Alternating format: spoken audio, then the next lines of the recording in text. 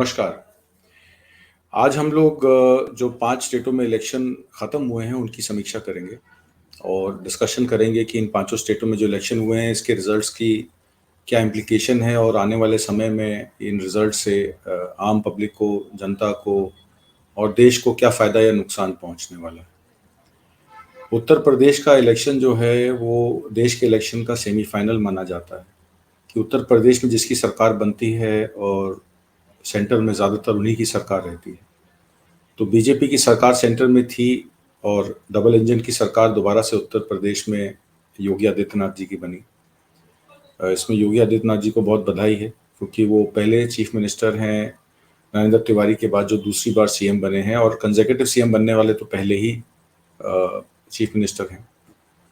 और समाजवादी पार्टी भी इस बार इलेक्शन में अच्छा लड़ी। बाइपोलर इलेक्शन था, समाजवादी पार्टी गठबंधन और बीजेपी पार्टी गठबंधन के बीच में लड़ाई थी।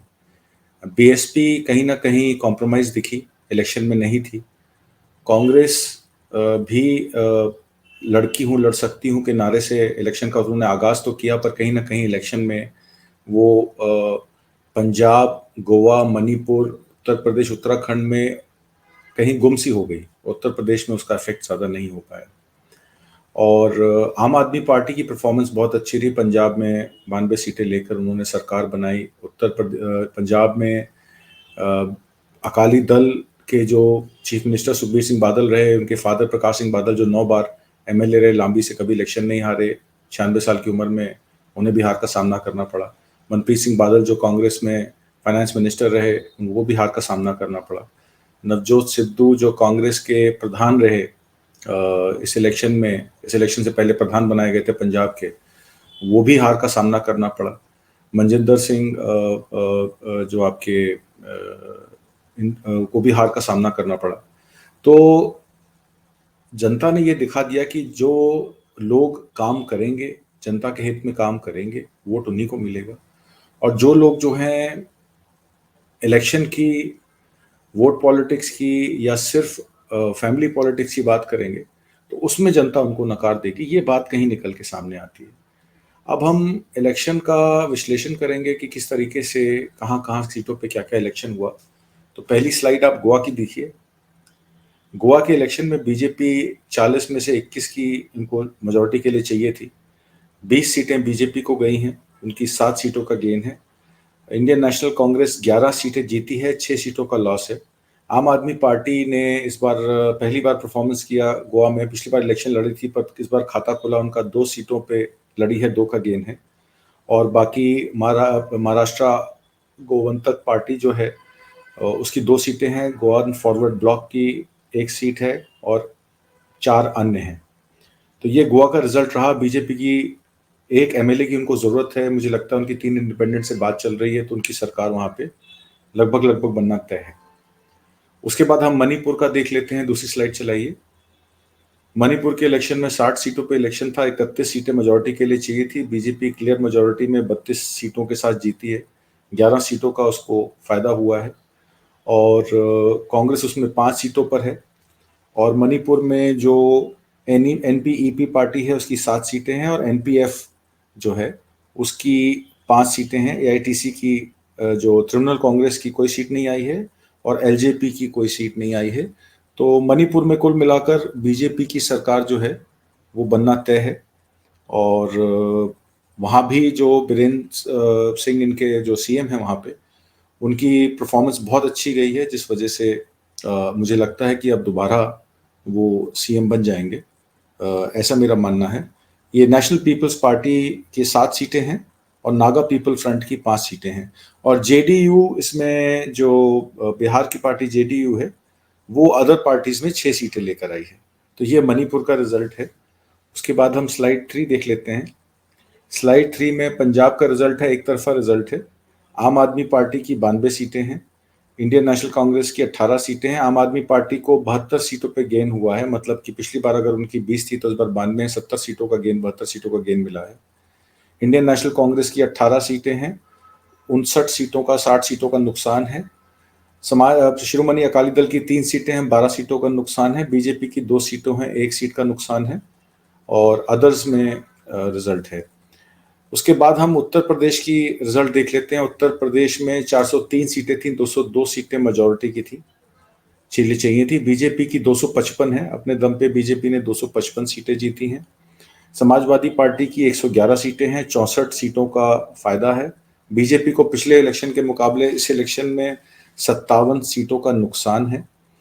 इसमें आरएलडी की 8 सीटें हैं, और इसमें जो राजभर साहब हैं, राजभर साहब के, ओम प्रकाश राजभर की एसबीएसपी जो सुहेल देव पार्टी है, उसकी 6 सीटें हैं। इसमें बीएसपी की सिर्फ 1 सीट है, कांग्रेस की 2 सीटें हैं, और परसेंटेज वोट शेयर अगर हम डिस्कस करें तो जनसत्ता पार्टी की 2 सीटें हैं। इसमें अगर हम वोट शेयर डिस्कस करें तो बीजेपी का वोट शेयर जो पिछली बार 41.3% था, पिछले 2017 में जो 39.67% था, इस बार वो 41.3% है। समाजवादी पार्टी का 10% वोट शेयर बढ़ा है, पिछली बार 21.82 था, इस बार 32.1 है। बीएसपी जो पिछले इलेक्शन में 2017 में 22.29% पे थी, इस बार 12.9 पे रह गई है, और कांग्रेस जो 6.25% थी वो 2.33% आ गई है। आरएलडी ने गेन किया है 2022 में 2.85% वोट बैंक लेके, और उनकी 8 सीटें आई हैं। तो कांग्रेस का वोट 4% गिरा है, बीएसपी का 10% गिरा है। जो बीएसपी का 10% गिरा है वो डायरेक्टली कहा जाता है कि बीजेपी को उसका फायदा हुआ है।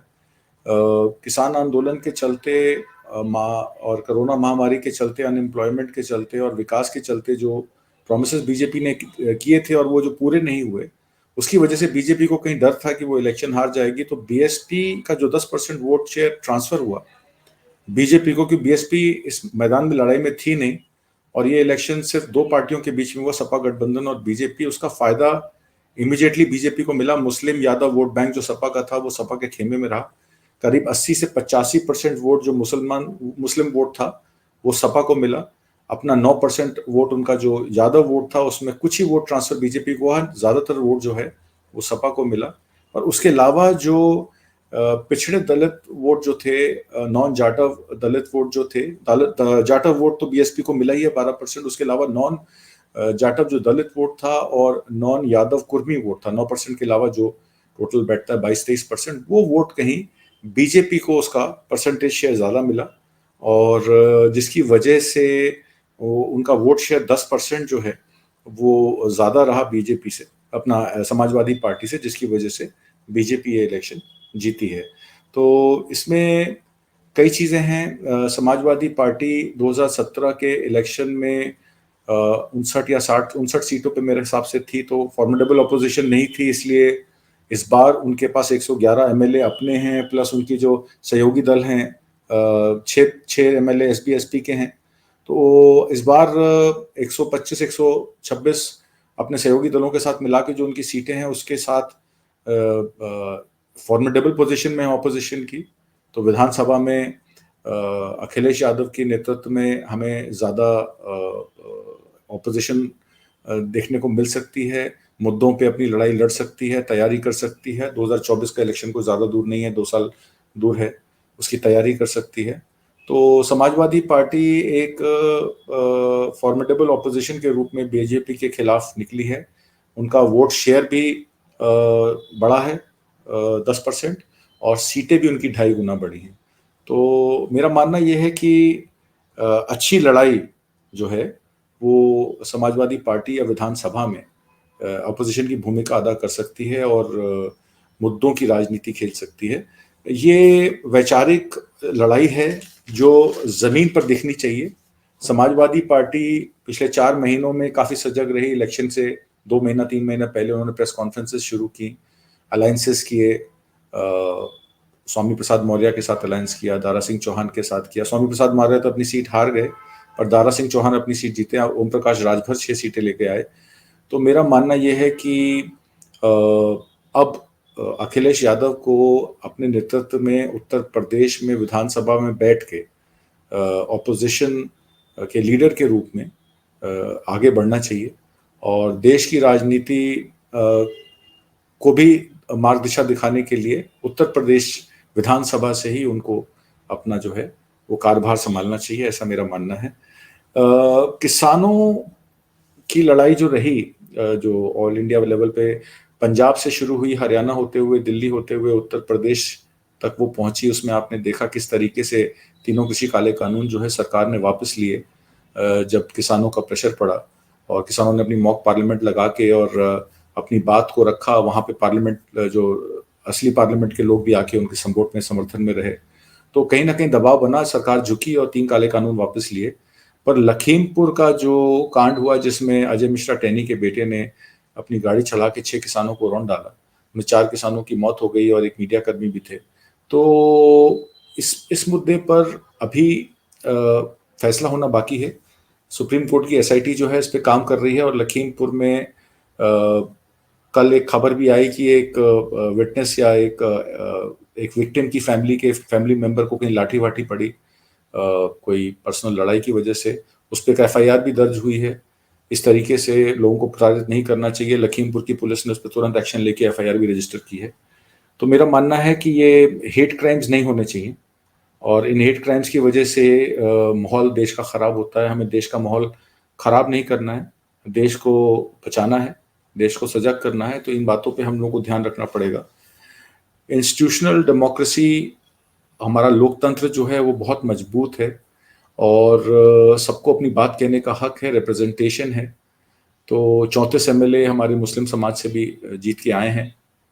तो इस इलेक्शन से जो मेन रिजल्ट करके यही मिलता है कि जो ऑर्गेनाइज वे में लड़ा, जिसने सर्व समाज को अपने साथ रखा, वो मुसलमान होते हुए या हिंदू होते हुए या दलित होते हुए या कुर्मी होते हुए, उसने ये नहीं देखा कि मुझे अपना कुर्मी वोट मिल जाएगा तभी मैं इलेक्शन जीतूंगा।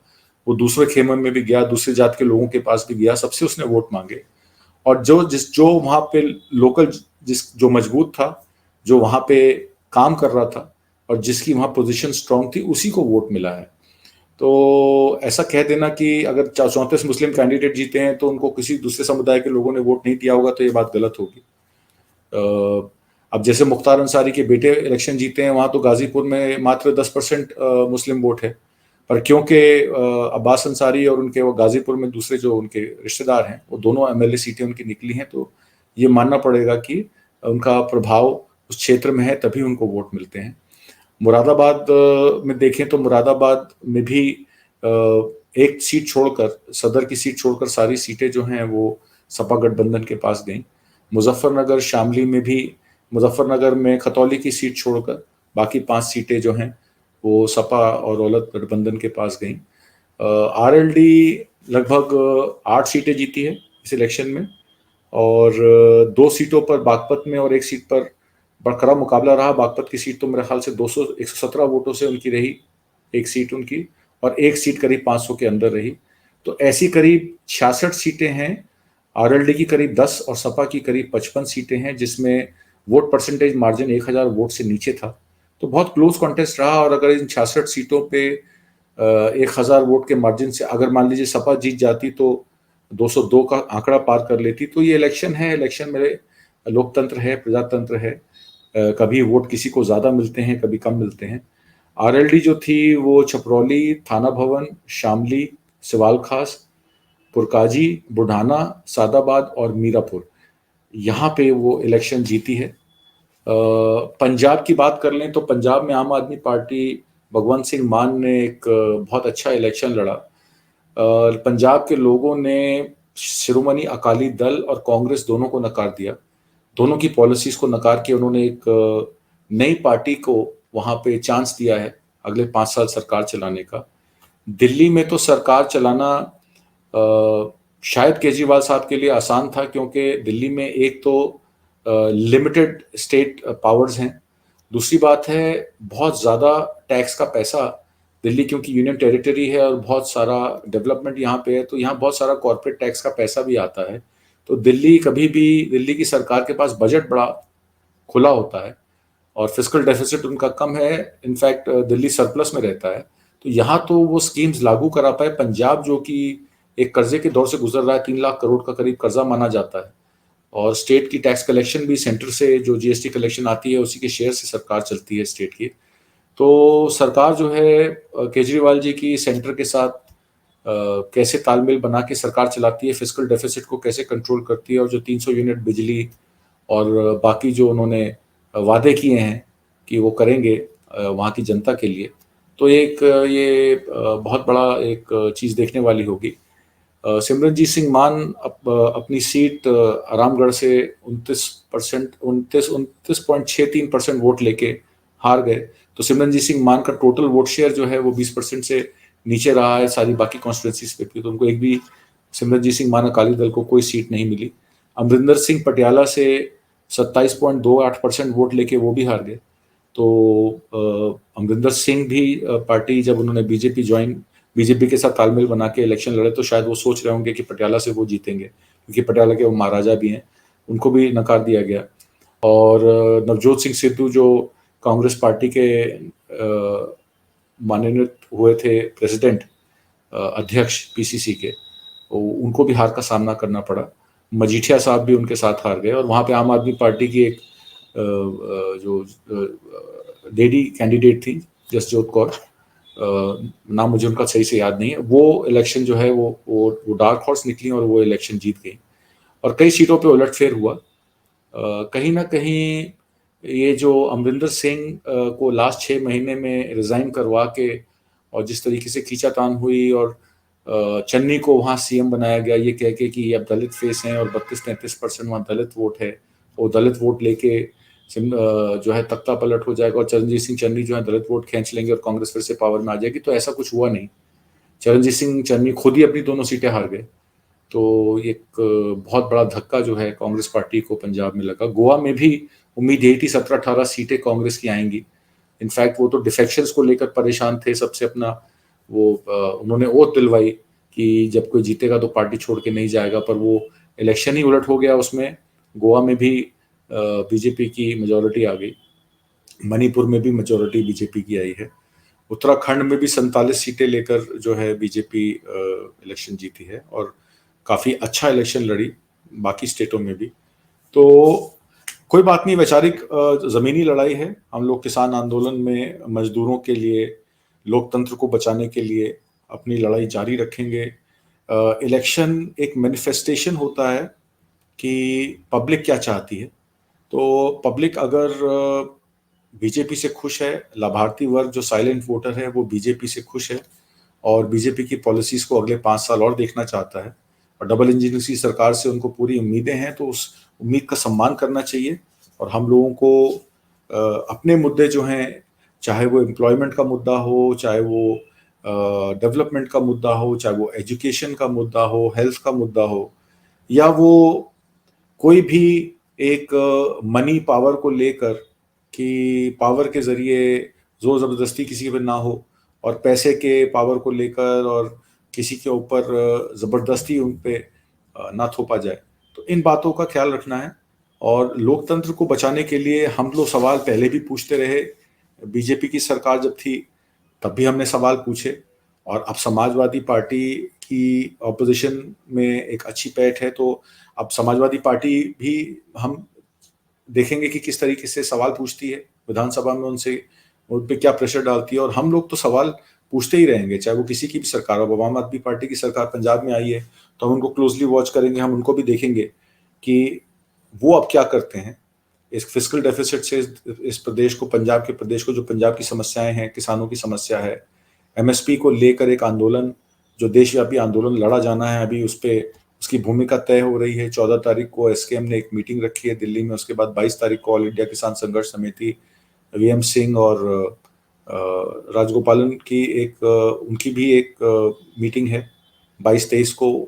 तो सब यूनिट्स अपनी अपनी संघर्ष समितियां अपनी अपनी मीटिंग्स रख के अपनी अपनी कार्यशैली, अपने अपने आगे की स्ट्रैटेजी बनाएंगी और किस तरीके से किसानों को, किसानी को बचाया जाए, एमएसपी की लड़ाई हो, ज़मीन की लड़ाई हो, अनएम्प्लॉयमेंट की लड़ाई हो, रोज़गार की लड़ाई हो।